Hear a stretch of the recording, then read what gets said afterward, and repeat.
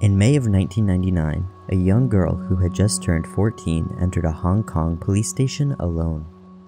Her name was Lau, and she hysterically told police that she was being haunted by the ghost of a tortured woman. Police were initially confused and skeptical, until she provided another detail.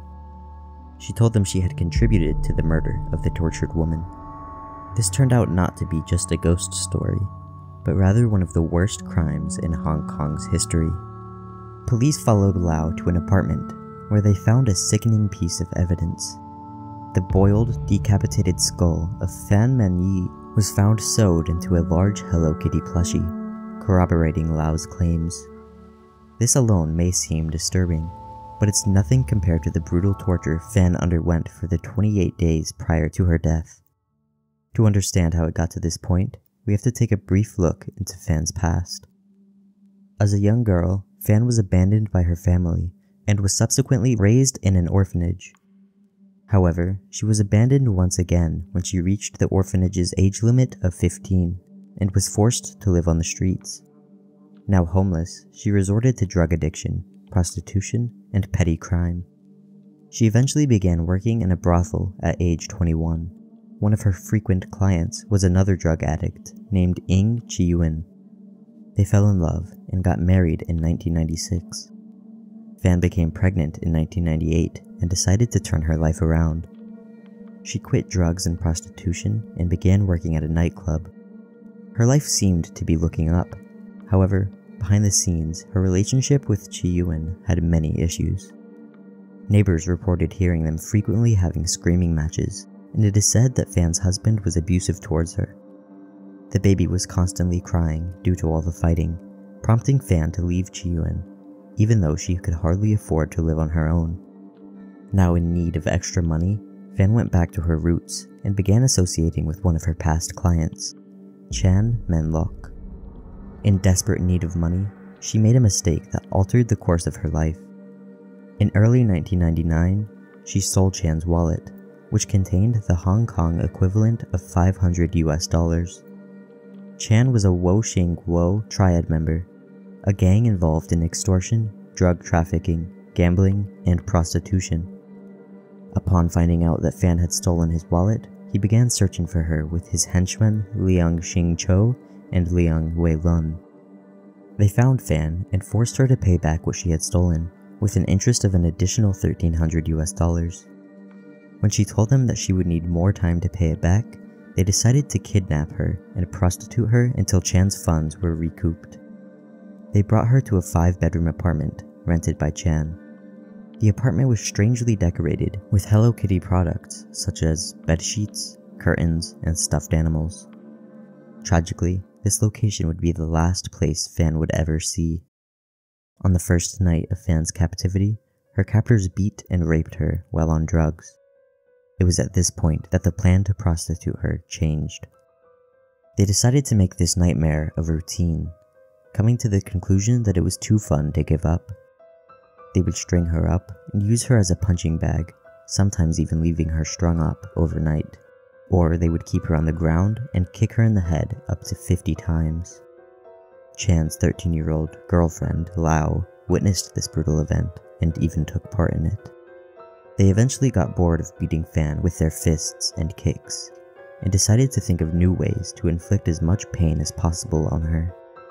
They started using weapons such as metal bars, kitchen utensils, and pieces of furniture. They rubbed spices such as oyster sauce and chili oil into her wounds. Her wounds became infected and oozed with pus, causing immense pain to Fan. To prevent her from trying to escape, the men dropped burning candle wax and plastic on her legs and feet so that she wasn't able to walk. Lau took part in many of the beatings, perhaps feeling pressured by the older men to do so. They forced her to consume the 13-year-old's feces and the men's urine. If she spit it out, they would beat her harder. They forced her to say that she enjoyed the beatings and beat her harder when she refused. Her unspeakable torture lasted 28 days, from March 17th to April 14th, 1999, until she experienced traumatic shock and died. The 13-year-old girl found Fan's body in the bathtub and alerted the other captors.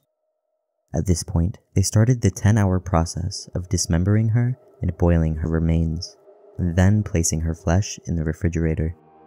They boiled her decapitated head and decided to hide the skull. They ripped open a large Hello Kitty plushie, put Fan's skull inside it, and sewed it back shut. Lau also took part in the process of getting rid of her remains, and was likely in shock at the time. But as weeks passed, it began to weigh on her. In May of 1999, a month after Fan's passing, Lau was ridden with guilt and claimed to be haunted by Fan's ghost. She went to the police station and confessed what she and the men had done, leading them back to the apartment. Police uncovered the Hello Kitty plushie containing Fan's boiled skull as well as dozens of dead bugs. Most of her remains were never recovered. However, some of her internal organs were recovered in a plastic bag, as well as a necklace belonging to Fan. Lau continued to cooperate with law enforcement, testifying in court and giving damning information about the captors. In return, she was granted immunity. Meanwhile, the arrests of the captors began taking place. Chan was living with his wife and newborn baby when his apartment was raided by a SWAT team on May 28, 1999.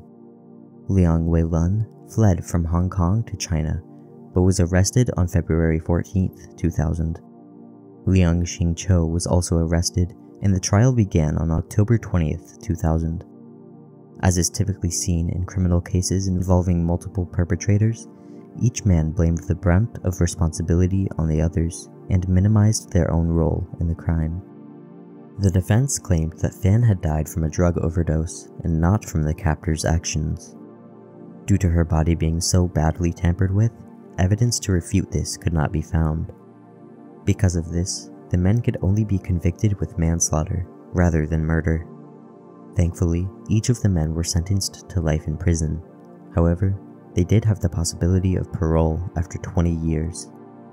The judge stated, "Never in Hong Kong in recent years has a court heard of such cruelty, depravity, callousness, brutality, violence, and viciousness."